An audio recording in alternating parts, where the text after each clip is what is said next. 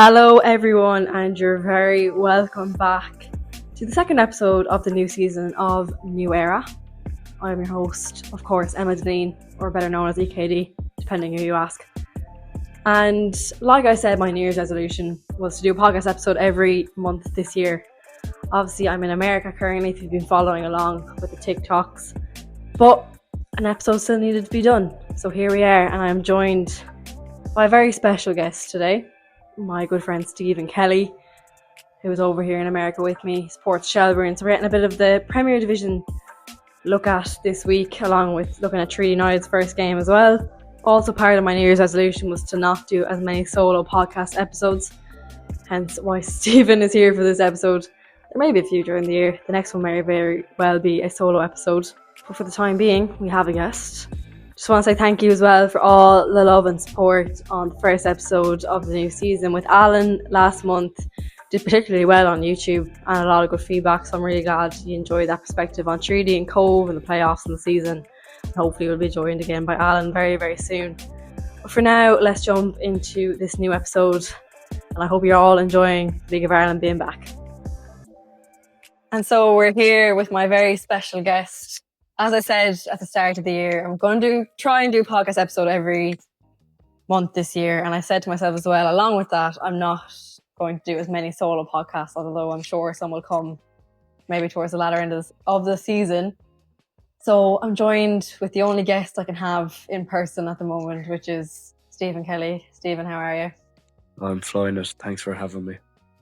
Didn't have much choice, to be honest with you. No, there's not much League of Ireland knowledge here in New Hampshire. Yeah, so if you don't know, I think I may have briefly mentioned it in podcast one. If you're following along on the TikTok with the vlogs and stuff like that, you'll know. Currently in America for college exchange, and Stephen's also here. Stephen, some people may have briefly seen you in a video I put up recently, which was predicting the first fixtures of the season. How good was your prediction?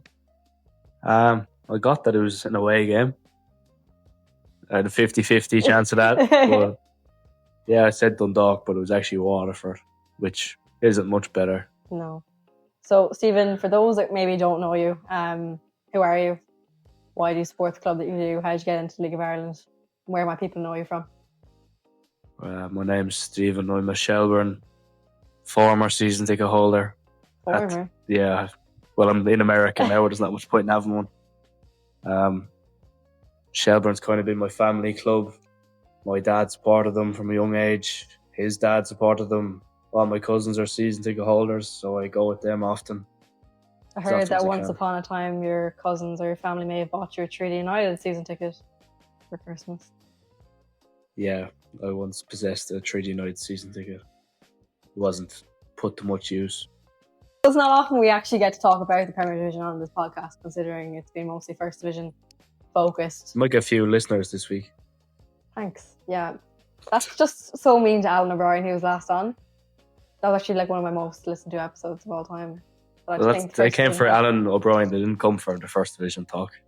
So, like I said, we'll talk a little bit about the First Division and Premier Division, because League of Ireland is back as of last week.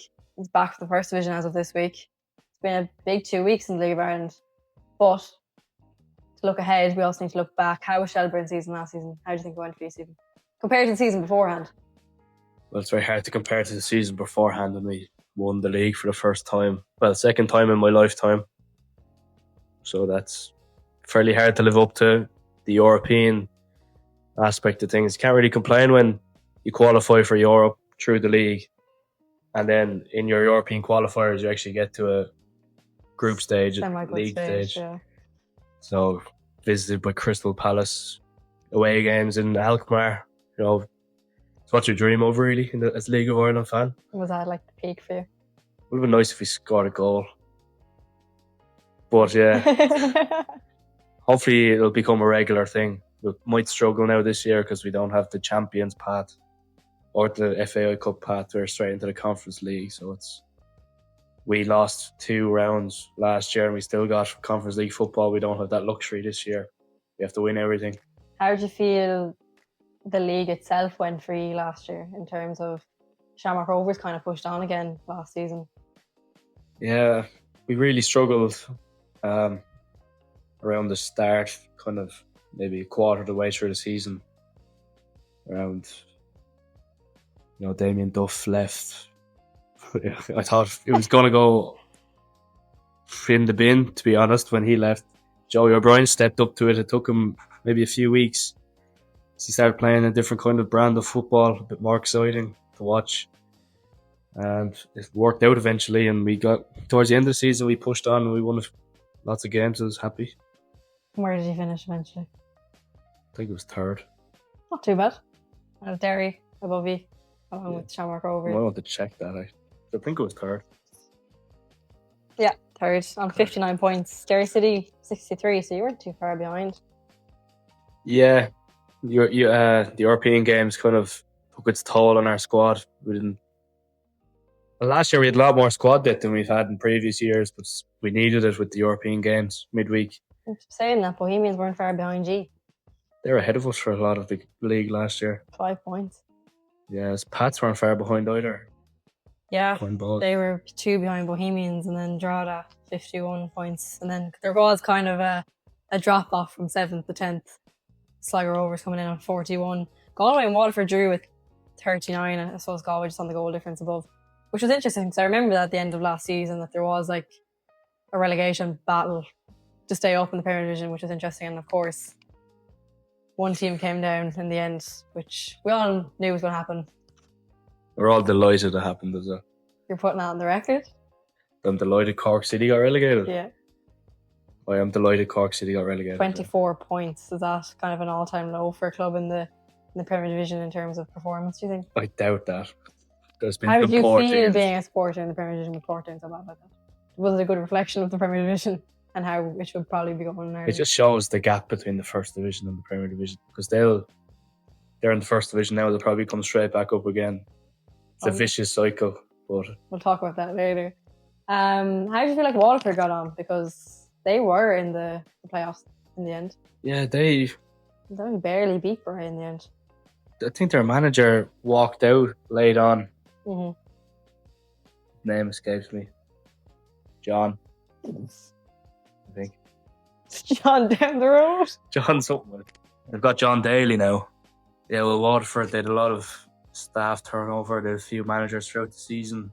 I think they did well, in fairness, from the hand they were dealt. They've obviously got Pádraig Amond up front. He's not a bad player to have up front. No. Nice talisman. I watched a bit of Waterford last season, actually. One game. Yeah, one game. Yeah. And how were they? I think they lost. That wouldn't narrow it down, I'd say. No. But there did seem to be that kind of fight towards the end. We all knew Cork was going down, but even Sligo Rovers was in that mix for a little bit. Yeah. Until the very last game. I think it was actually until the very last game that they were all... 3 of those clubs were in danger of it. When you're a Premier Division club, there's not much worry about the playoffs, relegation playoffs. I don't think. It's very rare teams actually go down in it. The last one I remember was Shelbourne FC, actually.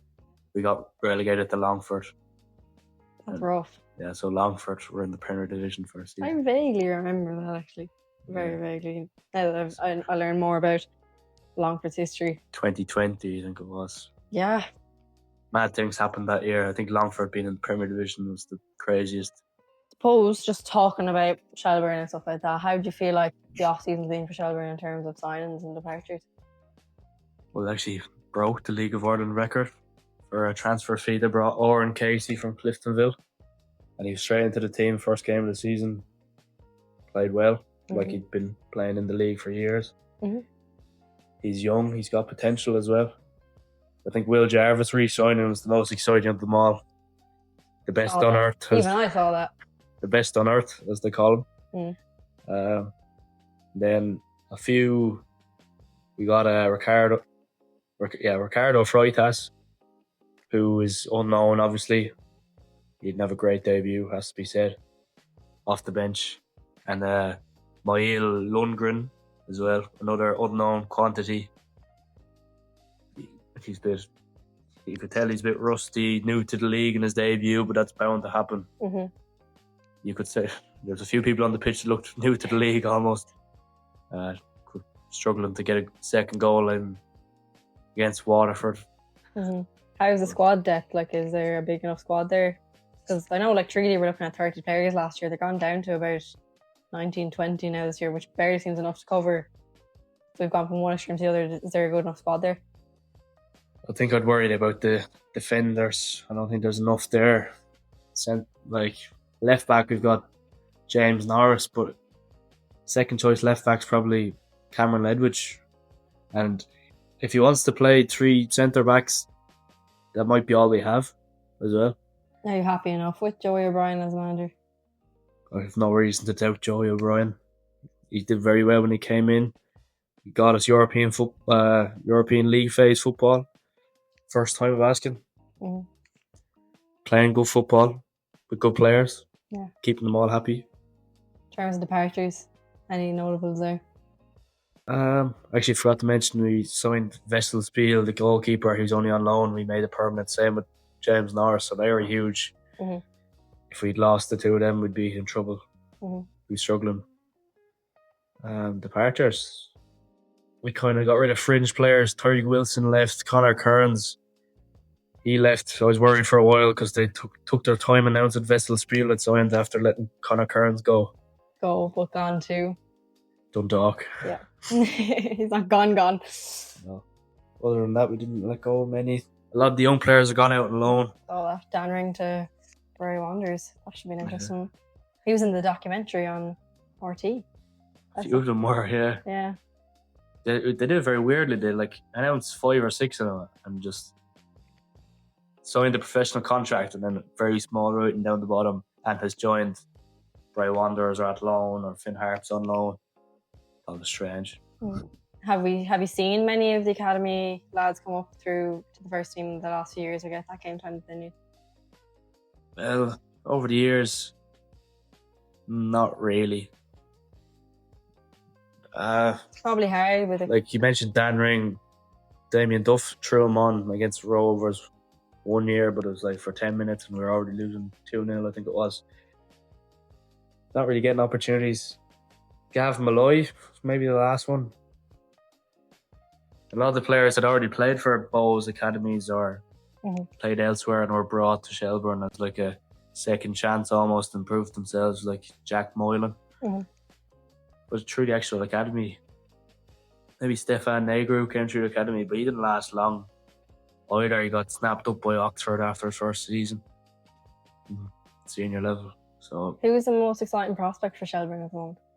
The €100,000 signing of Oran Casey. I have high hopes for him. I obviously haven't watched much of Cliftonville, but yeah, he'd be one. You mentioned Dan Ring. Gonna mention him again. He's a bagsman. Yeah, but this season will tell a tale. Treaty United will be seeing them very, very shortly, but we'll get on to that later. In terms of, you said there, like obviously we mentioned before, that we're actually not at home at the moment. Are you missing Tulka Park? Well, I haven't played in Tulka Park yet, so I'm not missing much. Yeah, so I'm pretty sure a lot of people listen to this, like, watch League of Ireland. I say there's very few that aren't interested in League of Ireland. It'd be hard to, you'd be living under a rock if you haven't noticed for the past few weeks or the last 2 weeks of the league that there's been multiple games called off due to the tsunamis that are hitting the East Coast back in Ireland. That's what my granny is calling them. Poor East Coast. East Coast never used to get anything until the last 2 weeks, and now it's just been... It's nice to let them know how the West feels. Every storm hits the West. On the East, they're like, why are the schools closed? Why did we get no snow? Yeah. Yeah. So obviously it was Tala. I think it was only Tala the first week, wasn't it? They got called off. Yeah, I think it was.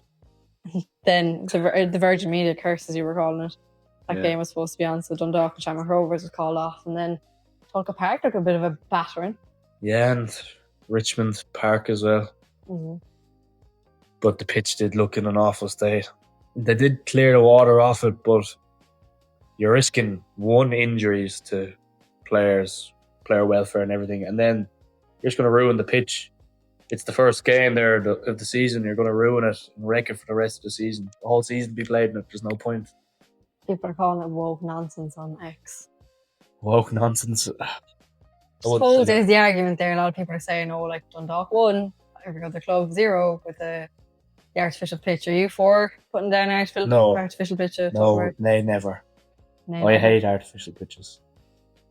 I think it's Thought you were showing- follow that up with I hate Oriel Park too. I do hate Oriel Park as well. Put that on the record. I don't mind the brand new L, but I don't like their pitch.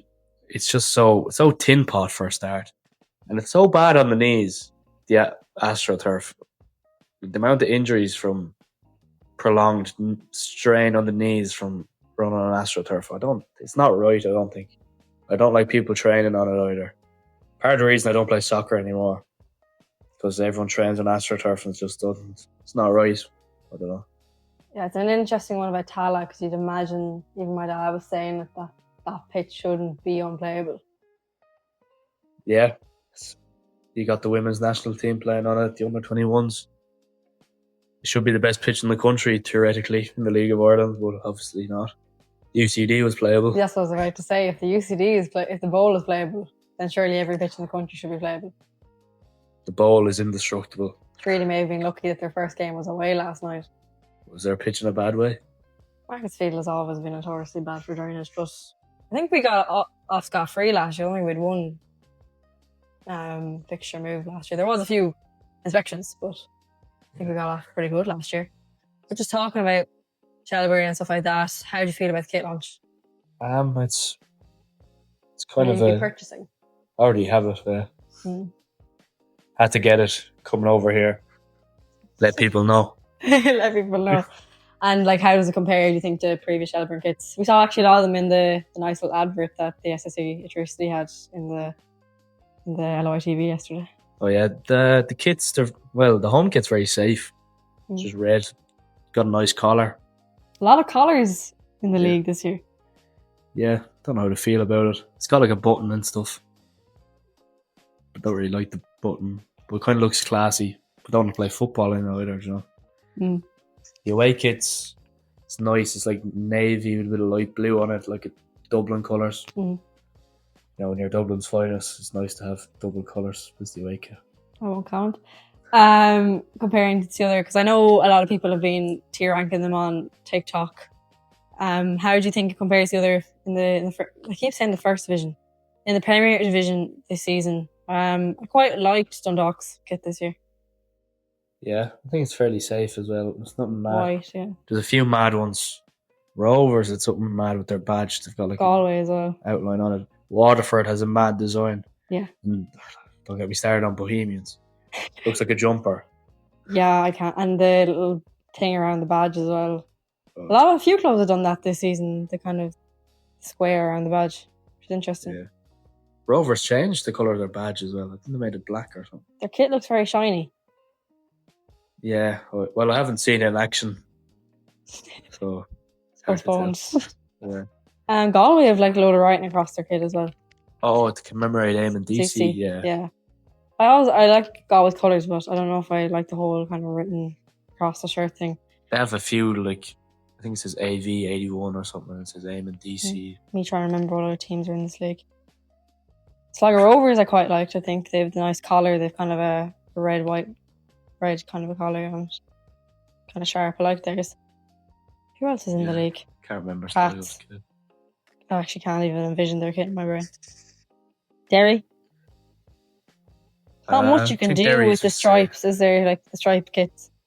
When clubs with stripes try to do something with the stripes, it always comes out awful. I find. I suppose they can't really change much considering they are literally called the Candy Stripes. Yeah. But speaking of Derry City, James McLean come back to the league. Who? Never heard of him. No? No. Heard he assisted another McLean there. Yeah, Patrick McLean. Yeah, do you know him?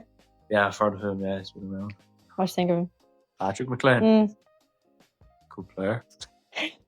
But in terms of people like James McLean, who you claim not to know, coming back to the league, what do you think of those kind of players who've got that kind of experience over the water coming back to the league? Do you think it's the time for kind of these players to be coming back? Like, I know there's a lot of rumours about your man Dele Alli coming, which was all they was rumours. But when you really got to the nitty gritty of it, I suppose you're thinking, this actually could be possible. But what do you think about people like that coming into the league? Or back to the league, should I say? It's definitely more attractive than it used to be. It's been a while since the players come back. Who have you got? Like Damien Delaney back to Cork a few years ago. Shawnee Maguire, I suppose. suppose kind of the big profile one in the women's division was Rusha Littlejohn going to Shamrock Rovers there for a period last season. That kind of just filled the gap for her. It felt like. Yeah, but it still got bums on seats, as my dad would say, for the few games. It's pretty interesting to see anyway, especially someone of James McLean's level, over 100 caps for Ireland somehow. Yeah, I'm not looking forward to him winding up all the away fans and home fans throughout the year. Yeah, I haven't seen him play, but it'll be interesting how he gets on this season. Speaking of how people are going to get on, how do you think Shelbourne will get on in terms of the likes of, I suppose, even looking at last season against Derry and Shamrock Rovers? Where do you think they'll fall? Very early to say. And obviously Shamrock Rovers haven't played a game yet. It feels like Shamrock Rovers are always like a game or two behind everyone else in the league every year. I presume it's usually just Europe makes that happen, but like, get a bit sick of it. They've had a long pre-season. Yeah. Well, a short pre-season really. Because they're still playing Conference League. Didn't have a holiday like. Do you think it will be a good season for Shelbourne? Like, do you think they'll be up there again this season? Like, are you trying for, obviously you are going to try for number one. That no one's aim should be in the league to not try for the highest position they can. But do you think it's realistic for Shelbourne to win the league this year? Well, I think anything less than European qualifications a failure. With the way the European spots are set up, you'd be better off winning the FAI Cup than finishing second in the league. You get the Europa League second round place, I think, maybe a first round. That's better than what second or third place we get in the league. So it's must be nice supporting a Premier Division team that's like good enough to like have adventures like European football, because like that thought doesn't even cross my mind. Even when I was going into prepping this, I forgot that like that was a thing. I did Trinity United playing Crystal Palace. That would be fun. You think so? Yeah, I get great entertainment out of that. But I forget that there is actually a stage of this league that has 20 odd teams in it now, and we'll have way more now with the third national tier coming in. But there is a stage at the top where people are actually like really good and have these opportunities to follow their club and go to these places. That's fun. So European or nothing really. Yeah, they'll obviously be pushing for the title, I hope. And do you think the same likes will be down the bottom this season in terms of Waterford, Galway, Sligo Rovers? Do you think Dundalk will be down there? Well, they made a good account of themselves so far. And they're only their one game against Derry. It finished 2-2. 2-2, and apparently Dundalk seems to be hard done by. Yeah, so it'd be interesting. I feel like I say it every year, but I'm worried about Sligo Rovers. They always seem to prove me wrong. They were worrying last year towards the end. They just have like players that can make something out of nothing. Jada, Kiki, Ryan O'Kane. There's kind of Owen Eldon gone now as well. That's going to be huge. Yeah. Yeah. They've promising youngsters in that squad. They also have worrying pre-seasons every year. Like they lost to Trinity United last year, and they lost them again this year. I think it's all just a cover story. The underdog status. Maybe. Do you think Waterford will have any bit of an improved season? I think they'll be back in the relegation playoffs. They're a team that rely heavily on home form. The RSC as well. Not a great home ground. Not a great place for anyone to go. It's close to nobody. Like only Wexford. Yeah. Distance for anyone else to travel. But I suppose that works two ways. They have to go the other direction. Mm-hmm. But yeah, it's just so early in the league. With the signings people are making, sure, I don't know half of them anyway. Mm-hmm. Galway United, think they'll be down there again?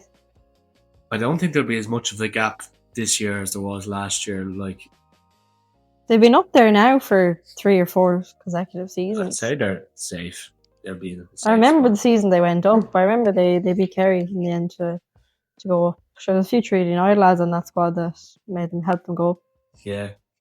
But it's a bit strange last year. It was like either you're in a relegation fight or you're in a European fight. There's nothing in between. I feel like there might be a bit of like a buffer, safe zone this year.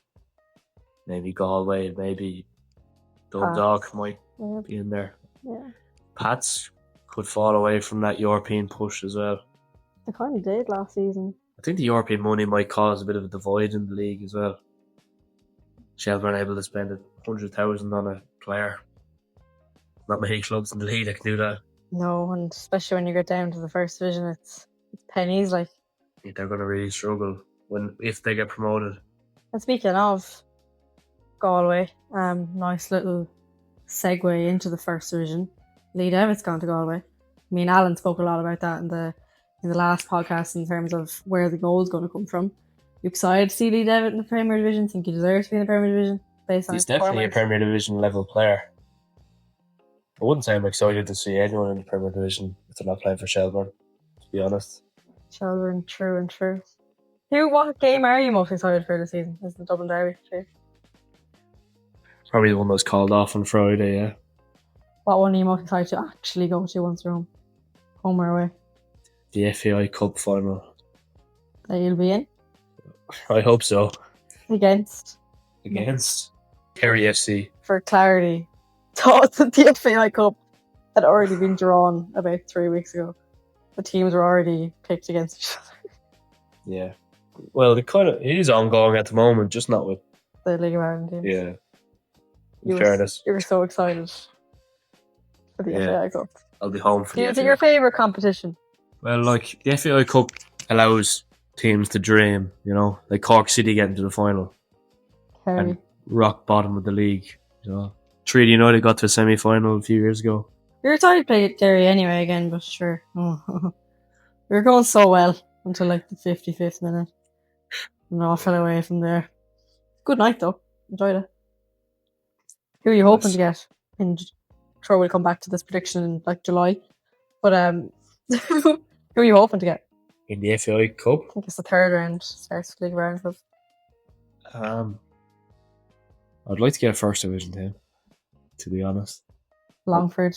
Get your revenge. I don't really like getting the other junior clubs coming up because they're an unknown quantity. You could end up like playing your under 20s and being arrogant and throwing your FAI Cup away.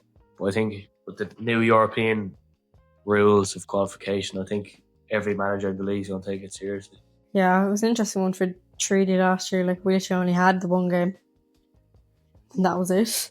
And I look forward to the FAI Cup every year. I think it's a good competition. And then you get those moments like Kerry. Who did they beat? Was it that time? I can't actually remember who it was against. Was it Sligo, wasn't it? Would have been. The Owen Elding scored a hat-trick. I can see red in my mind. Was it 4-3? Was it? Yeah. Was that Kerry? Yeah. It was Owen Elding scored a hat-trick. And it was the day, I think, because obviously the fixture started to get moved around the more the squads went on. I think I was actually coming home that night from commentating with Alan, Cove and Treaty in St. Comas Park, and Kerry were playing that night against FAI Cup. I was watching it coming home in the car, and I actually remember I was like, oh my god, how have they done this? And it's great because for clubs like that, I think it's something special. I think it's what makes the league so special in a way. Like, there is no other league like the League of Ireland in the world really for what it gives the country in terms of fan culture. Yeah, you could probably compare it to Scotland. I think there's a bigger fan base in Scotland you've got Celtic and Rangers kind of swaying the figures, but yeah, the fan culture is similar, I'd say. Quickly look at the departures for Treaty, because there's something interesting that happened last week. In the original list of the 8 or so departures that they announced towards the end or the start of the season, Nico Kozlowski was named as one of the departures. In the 8 players have left Treaty United. Since then, the article has been updated to 7 players have departed Treaty United. And Nico got announced as a re-signing there during the week, which was left pretty late. I think he's announced on the Friday, wasn't he, before the game? Friday, yeah. Which is interesting because me and Alan talked about Nico on the last podcast, and we felt, God, that was just such a waste of time if he just disappeared out of the league. Have you got to see Nico play? I have a few times, yeah. What do you think? He's an exciting player when he's on the ball, I think. Yeah, interesting. He offers something different that Treaty might need at some stage this season. Yeah, I saved our playoff run really in the end, in a way, getting that win against UCD in the last minute of one of the last league games. But speaking, the league is underway now. Very much underway, but we were heading into this podcast hoping that Shelbourne would have had 2 games under their belt, but They do only have one, so tell us, how did Shelbourne get on in their first game? There's positives to take from it. It was Who a did they play? 1-1 draw away to Waterford. Not something to write home about, but they did kind of dominate possession, and just the final third lacked any real quality, any chances. Our new marquee signing, Oran Casey, started the game, which is positive. And then the 3 new boys also come on. Mm-hmm. So we got to see a bit of everything. And then obviously Vessel Spiel and James Norris, the new, in inverted commas, signings were there too. Mm-hmm. Happy to see them all involved. Will Jarvis was particularly good when he came on. I thought he offered something different. Created a few half chances, which didn't really lead to anything, but what we needed. It was tough because once we conceded, they kind of sat back and they're very hard to break down. More clinicalness needed, do you think? There's good crosses were going in, but just wasn't falling to the strikers. The striker might run to the front post and then the ball's at the back post. And that kind of happened a few times. Frustrating watch? Oh yes, definitely very frustrating. Especially when I sat in my dorm room in New Hampshire, shouting at my laptop. And the new lads, must have been a bit of communication breakdown between them. There's a few times they would pass it to each other and just one of them wasn't making the run but looked like it, and just ball rolling out for a throw and nothing happening. Just no bueno. Yeah. That's would say. And because Shelbourne's game got called off yesterday, you were forced down to my dorm room to watch the number one pick of the fixtures yesterday. Yeah. Top biller, which was Treaty United versus Cork City at the newly renamed Munster FA Turner's Cross. Really rolled off the tongue. Again, on Twitter, utter woke nonsense. What do you think about all these stadiums in not even just the league, but in Ireland being renamed? In like the GAA? Yeah. Just Cork, maybe. Maybe that's the issue. Well, I suppose it's all around the GAA now. But yeah. I don't understand the Munster FA thing. It's not like it's a sponsorship. I don't know what's going on there. I think they own it or something, and they want, I suppose, the right. I don't know what's going on. I saw stuff going down in Cork anyway. Yeah. But for those that maybe didn't tune into the first division on Friday, ended 1-0 to Cork City after being 0-0 for 92 minutes, something like that. Yeah. One of the last kicks of the game anyway. It was a tough watch as well. But I think underestimated Treaty perhaps going into the fixture, a lot of people. You predicted a 3-0. Yeah, I didn't know what to expect.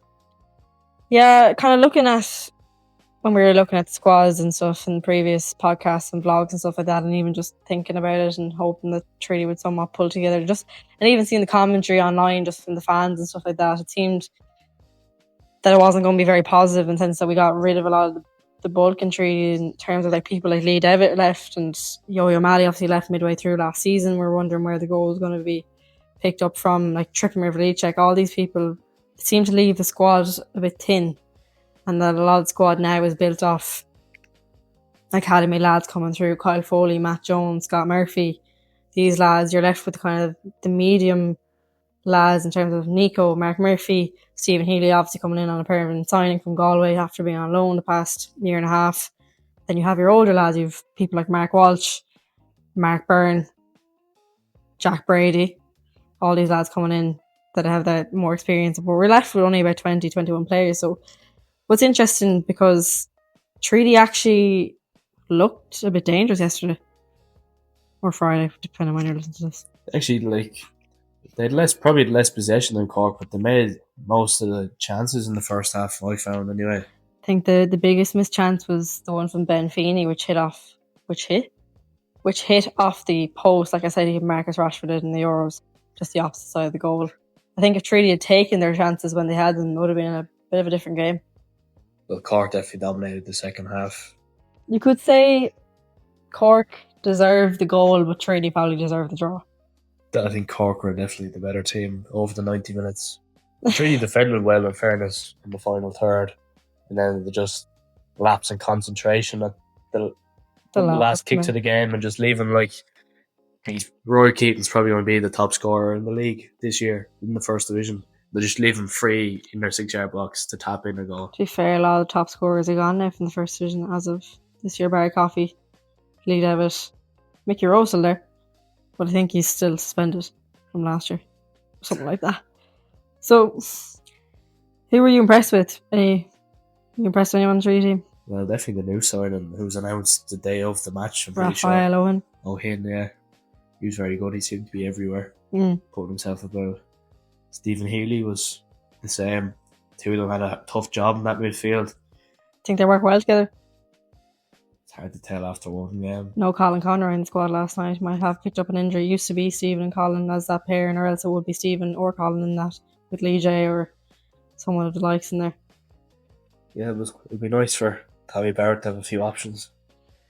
I thought probably lacking in the experience in the midfield. Maybe that's why he brought in your man Owen, because obviously Lee J Lynch is a massive loss in that midfield with however many years of experience playing in the league and around the world. He's also a very creative player to have there, picking passes and creating chances. I'm not sure what Owen Hidden will offer throughout the season.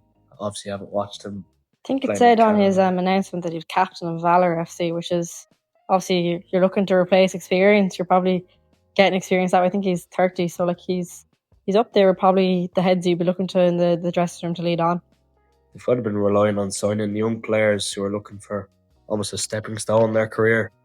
So to get an experienced player like that is huge. I think it's a step in the right direction for Treaty in a very young team. Yeah. Pressed at the back, Darren Owanko. Yeah, he was very impressive. He obviously missed a lot of football. All of last season, more or less. Played 1 or 2 games. Yeah, I remember I was in Turner's Cross actually to see him. He was forced off the bench. Someone went down injured. He's kind of rushed back a bit from injury, I think. He was good that day as well. It's just a matter of keeping him fit, I think. Yeah, he's really impressive. I think Cool and Cam didn't seem to be kind of flustered the whole game and did his job and did it well, I think. Yeah. A lot of the commentary online is impressed. But also, on the other side, right behind him, impressive performance from Jack Brady. Oh, he made huge saves. Yeah. In fairness. And that goal wasn't his fault in the end. You don't leave a striker like Roy Keaton free at the edge of your 6-yard box. You don't leave him at the edge of your 18-yard box, never mind your 6-yard box. Yeah, I think, look, you're getting to the end of the game, maybe the concentration slipped for a little bit. And like you can break down all you want. It might have just been, I think, a few players were, say, quote unquote, at fault. I don't really think anyone was at fault. I think sometimes these things just happen. And to be fair, it was coming from Cork. It was coming the whole game, but really it was coming those last 20 minutes. They'd missed so many open chances to score in those last 20 or so minutes. But I was really impressed with Jack Brady, actually. Obviously, he's been a Treaty before. He was there in the 22-23 season. Has experience playing in the Premier Division, I suppose, with Drogheda and stuff like that. Welcome addition back, and again, one of those older heads that can lead on from the back. He's another fella that hasn't played a lot of football recently. Whose bench was he on last year? Was it Galway last year, or was that the year before? I can't actually recall. I think he'd been back up the last 2 years now. So, straight into action against probably the favourites to win the league. He did well. The other side, Treaty's former keeper didn't have a great night down in St. Coleman's Park. No. 3-0 Cove Ramblers Wexford. That's a story for another time. Just even going through that team, obviously we spoke about Jack Brady there, Darren Owanko, but obviously still playing a back four this season. Tommy hasn't changed his formation massively. Maybe in the middle and the front has changed a little bit with the players, but it seemed to be that back line more or less that he had kind of last year, in the sense of Ben Lynch is still there on the left. Robbie Lynch playing at the right. We did comment on that actually a few times during the game, but that right side seemed to, and I think it's no fault of Robbie's or anyone. He's given a tough task. The Cork winger kept dropping really far back, almost to the halfway line to pick up the ball, where that's not Robbie Lynch's zone, should we say. So then by the time the winger got to Robbie, Mark Murphy, I think it was on the right. Yeah, I'm sure. That would have been tough for him to cover that. By the time he got to Robbie, he was nearly at top speed, and he was a tricky player. Seemed very skillful. Didn't produce a lot of end product in the end, but he caused a lot of problems. And I'm sure I've seen before Robbie playing out on the right, even in the academy. But like Robbie's position last year was that right side of the centre backs. in that kind of four of Ben Lynch, Mark Walsh, sometimes Owen Martin, then it would be Robbie, and then it'd be Evan O'Connor on that mainstay right side. So the backline's changed a bit, but I think they'll still have that kind of ability this season that they did last season to interchange, and because you've Fionn Doherty that can play out that left hand side as well as Ben Lynch. We're also missing Rishkov Bovey yesterday. Rishkov Bovey, I think he's injured, so he can play on that left. He can also play on the left side of the four, and then Eric Yoro, who's the new signing from Longford, wasn't in the squad either. I think he may have picked up an injury in pre-season. I'm not too sure, presume so. He can play on that right side. I think that's where he probably should be playing. I think Robbie's out of position slightly. Did all right. Then in front of him, I don't even have the lineup in front of me. I'm trying to remember. You had Stephen Healy. You had Raphael Owen, and then on the wings, then you had. I thought Mark Byrne was playing this game for how long? Or at least half an hour in, I think. I said it in the vlog as well when I was reading out the squad. I said Mark Byrne. He wasn't in the squad. He wasn't on the starting. He wasn't even on the bench. He wasn't actually in the squad full stop. So I don't know where I pulled that from. You had Mark Murphy out the right. I can't even remember who was out the left.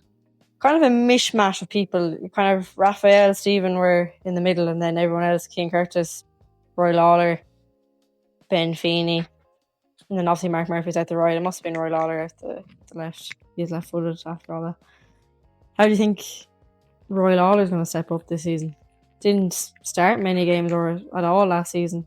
He kind of came on as the sub most of the time. Young lad still. Yeah. I don't know much about him, to be honest. Oh yeah, I was impressed with Roy when he did come on last season. He was energetic for the most part, and I think getting the number 10 will be a bit of pressure. But like I said, it's not like a lot of young lads coming up. I think the pressure will be on those younger lads to step up this season. In terms of even on the bench last night, we saw Kyle Foley, Matt Jones didn't come on in the end, Scott Murphy, but there could be promising prospects. If Fionn Doherty there on the bench as well, who really shone during the playoffs. Like, he can play anywhere really. I know you were impressed with him as well last season. Yeah, a lot of those young players have been forced to grow up really quickly. They're getting thrown into these big roles, especially at the back. Like I said, Nwankwo and Bovey. And Ben Lynch played a huge role last year. They've been forced to grow up real fast and take control of it. Sound really like paternal there. Yeah. Grow up so fast. I think Ben Lynch is like turning like 25 this year. Is he? Oh, it's time enough for him, so.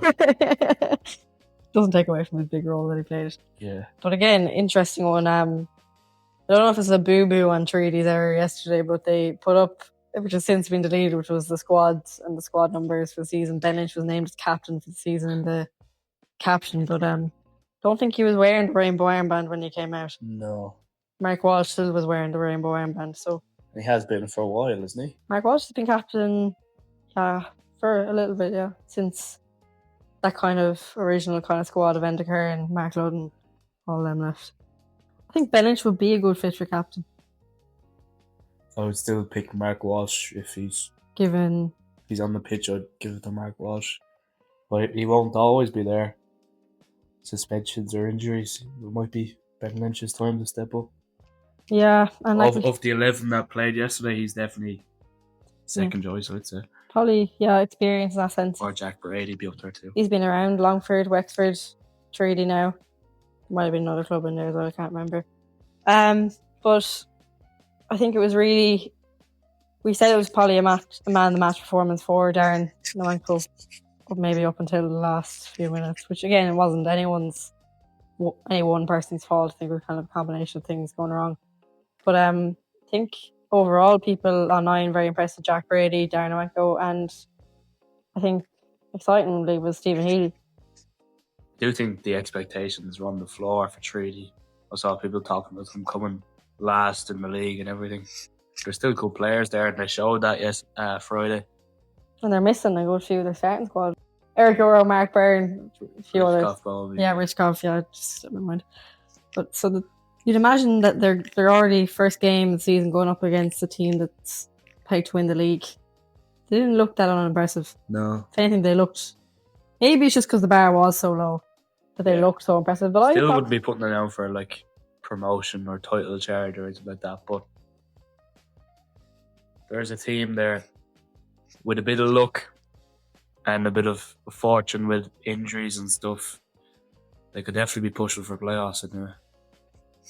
Yeah, I was happy enough with Treaty anyway yesterday. I think Joe, a few competitive debuts. I think everyone, obviously the leading commentary was on field, but Raphael Owen, as we spoke about earlier, but Tommy Barrett doesn't seem to be straying too far from his ways of the past few years in terms of lineup formation, and obviously he's probably working with one of the smallest budgets in the first division, notoriously for the past few years, and some would say he's turned water into wine. I don't want to stretch it that far, but he's done well with what he's had in the past few years.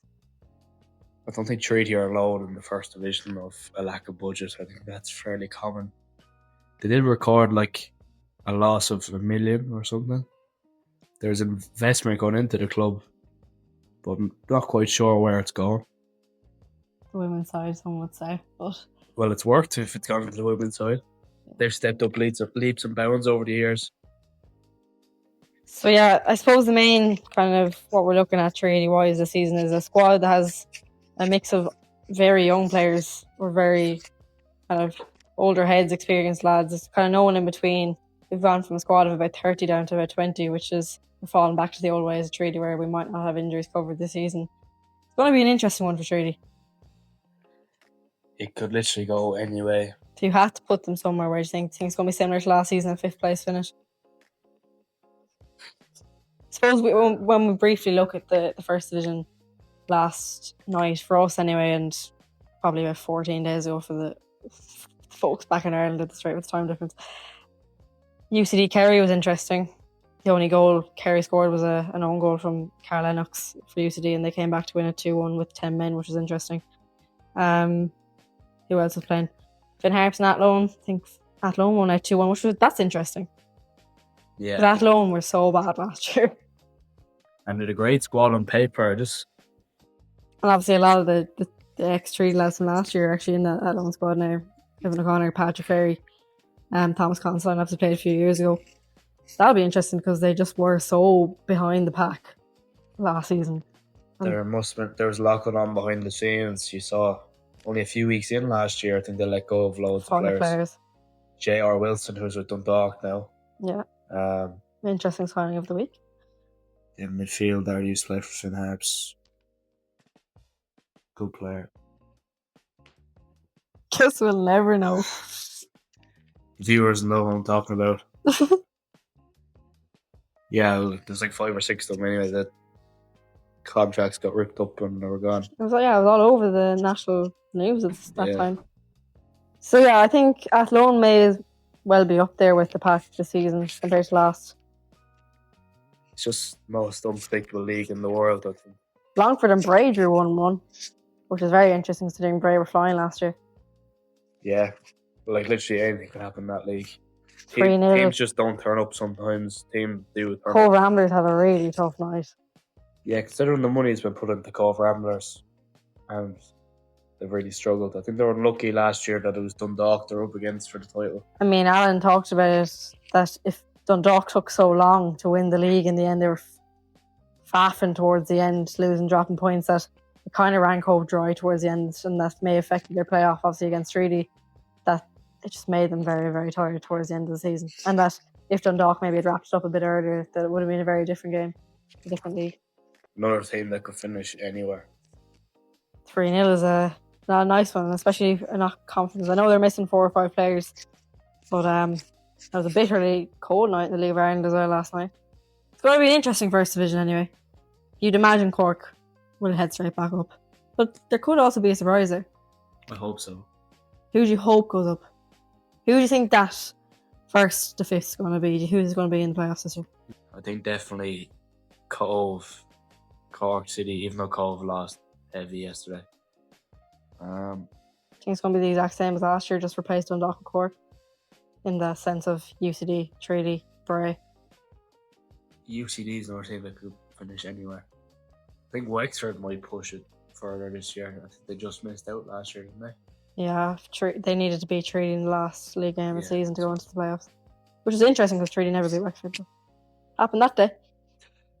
Yeah, I think Wexford might push in. Longford's an interesting one because they really pushed on towards the end of last season. They were beating Cove. They beat Treaty. I think they were doing well against Dundalk as well. Yeah, it's just like they had nothing to play for, and they just. I think they might have got investment trying teams midway through the season. It was kind of weird. I think Athlone will definitely be more challenging this year. Kerry is going to be a very interesting one this year, I think, considering the signings they brought in. But people weren't overly impressed with them against UCD. Shocking, actually. Yeah.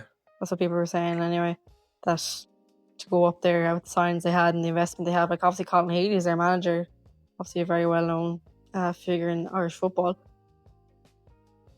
Didn't even score their own goal. Honestly, one of the worst own goals I've seen in a while as well. It's interesting, obviously the women's Paralympics back soon. It is. Very interesting first fixture. It's Treaty United versus Shelbourne, Polka Park, hopefully not flooded. Yeah. Sean Russell, Treaty United's last women's manager into Shelbourne this year. What's your thoughts on that? Kind of made waves on his arrival into Shelbourne. Got rid of fan favourite players. Noelle Murray being the most high profile of them all. And then she went and joined Athlone. Title contenders. Well, winners last year, but contenders this year. It'll be interesting to see what kind of reception Sean Russell gets from his own fans never mind the Treaty United fans. How are Shelbourne squad shaping up there? Signed. They announced one the other day from Penn State. Close to where we are here. Yeah, just down the road. But again, unknown quantity. Maggie Pearce re-signing after her year away was a huge signer. But obviously there was rumours that 2 Treaty United starters were heading Shelbourne's way, and Madison McGuan and Katie Lawley. Would you have been happy with those signings at Shelbourne? Definitely would have, yeah. I think Madison McGuan's the future of Irish football. Might be a bit early to say that. I couldn't see her leaving Treaty yet. I think she's going to finish her leaving cert before anything happens.